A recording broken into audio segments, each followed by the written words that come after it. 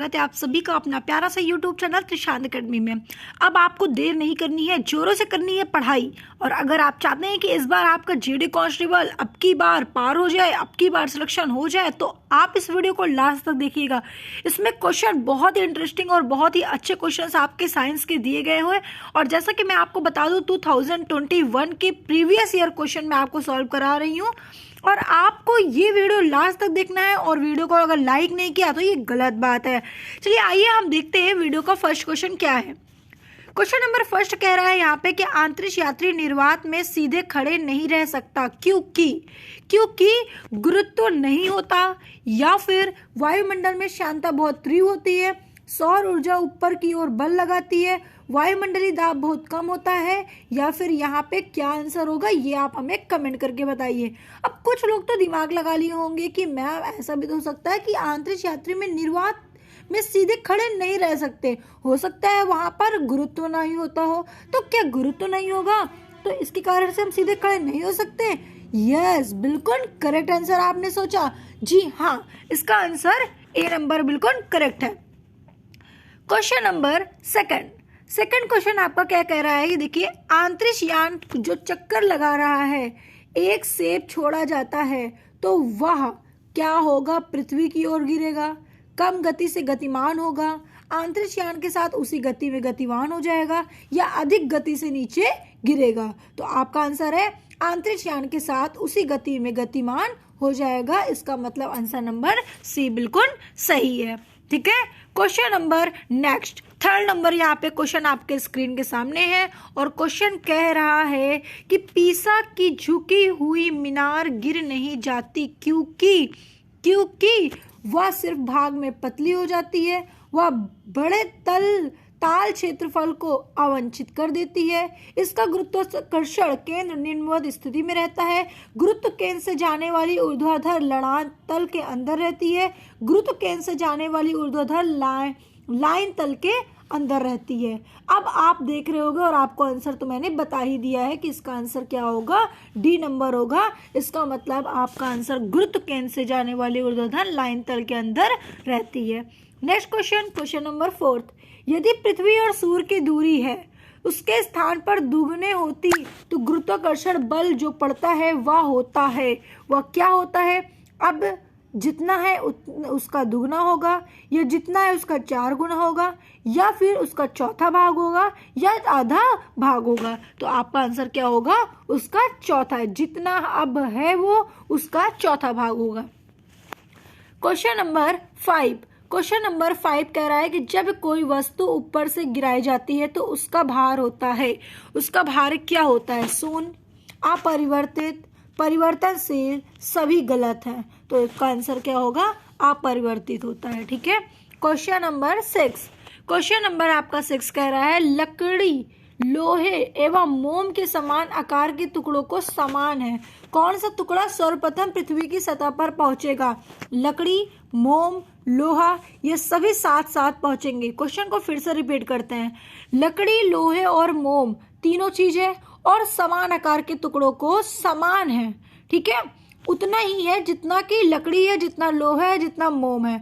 तो कौन सा टुकड़ा सर्वप्रथम पृथ्वी की सतह पर पहुंचेगा? तो आपका आंसर होगा सभी साथ पहुंचेंगे।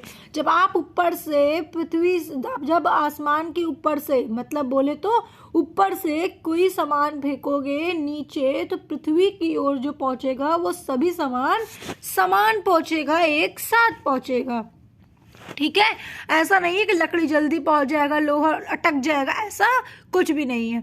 हवा में लोहे और लकड़ी की समान भार की गेंद को समान ऊंचाई से गिराने पर क्या होगा? गिराने पर पृथ्वी पर दोनों एक समय गिरेगा, एक पहले गिरेगा, एक बाद में गिरेगा, लकड़ी की गेंद बाद में गिरेगा, कुछ अंतराल में गिरेगा। तो आपका आंसर होगा लकड़ी की गेंद बाद में गिरेगा। ठीक है, क्वेश्चन नंबर 8, किसी पिंड का भार पृथ्वी तल पर सब जगह समान होता है, या ध्रुवों पर सर्वाधिक होता है, या विषुवत रेखा पर अधिक होता है, या मैदानों की अपेक्षा पहाड़ों पर अधिक होता है? तो इसका आंसर होगा ध्रुवों पर सर्वाधिक होता है। ठीक है, क्वेश्चन नंबर 9, मानव शरीर का भार होता है ध्रुवों पर अधिकतम, पृथ्वी की सतह पर सब जगह एक समान, विषुवत रेखा पर अधिकतम, इसमें से कोई नहीं, या ध्रुवों पर अधिकतम। आपका आंसर यहाँ करेक्ट होगा। मानव शरीर का जो भार होता है वो ध्रुवों पर अधिकतम होता है। ठीक है। क्वेश्चन नंबर 10, एक पिंड का अधिकतम भार निम्नलिखित में से किसमें होता है? वायु, जल, हाइड्रोजन और नाइट्रोजन। तो एक पिंड का जो अधिकतम भार होता है वो आपका आंसर होगा हाइड्रोजन। ठीक है। क्वेश्चन नंबर 11, यदि पृथ्वी का गुरुत्वाकर्षण बल अचानक से लुप्त हो जाता है तो परिणाम सही होगा। वस्तु का भार शून्य हो जाएगा परंतु द्रव्यमान वही रहेगा। वस्तु का द्रव्यमान शून्य हो जाएगा परंतु भार वही रहेगा। वस्तु का भार तथा द्रव्यमान दोनों शून्य होगा, यह वस्तु का द्रव्यमान बढ़ जाएगा। तो इसका आंसर आप क्या बताओगे? ए नंबर, वस्तु का भार शून्य हो जाएगा और उसका जो मास होगा, द्रव्यमान होगा, वो क्या हो जाएगा? बढ़ जाएगा।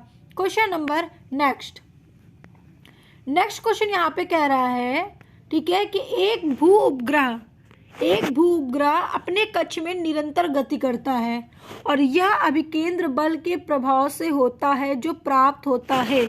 तो प्राप्त होता है उपग्रह को प्रेरित करने वाले रॉकेट इंजन से, पृथ्वी द्वारा उपग्रह पर लगने वाले गुरुत्वाकर्षण से, सूर्य द्वारा उपग्रह लगने वाले गुरुत्वाकर्षण से, या पृथ्वी द्वारा उपग्रह पर लगने वाले गुरुत्वाकर्षण से। जल्दी जल्दी कमेंट करके बताइए। आंसर भी बता दिया है आपको, तो आपका आंसर बी होगा, पृथ्वी द्वारा उपग्रह पर लगने वाले गुरुत्वाकर्षण से। क्वेश्चन नंबर 13, कृत्रिम उपग्रह पृथ्वी से सुस्पष्टता से ट्रैक किया जाता है डॉपलर प्रभाव द्वारा, रडार द्वारा, सोनार द्वारा या पल्सर द्वारा। तो आपका आंसर क्या होगा? डॉपलर प्रभाव द्वारा। ठीक है। क्वेश्चन नंबर 14 क्वेश्चन आपका कह रहा है कि अपने कक्ष में एक उपग्रह पृथ्वी के चक्कर लगाता रहता है, वह ऐसा निम्न में से किस कारण से करता है? आप केंद्रीय बल या फिर केंद्राभिमुखी वाला गुरुत्वाकर्षण बल या कोई अन्य बल। तो आपको बी नंबर बिल्कुल करेक्ट आंसर है। क्वेश्चन नंबर 15, किसी लिफ्ट में बैठे हुए व्यक्ति को अपना भार कब अधिक मालूम पड़ेगा? जब लिफ्ट त्वरित गति से ऊपर जा रही है, जब लिफ्ट त्वरित गति से नीचे आ रही है, समान वेग से ऊपर जा रही है या समान वेग से नीचे आ रही है। तो इसका आंसर आप हमें कमेंट करके जरूर बताइएगा कि इसका आंसर क्या होगा। Okay, thank you.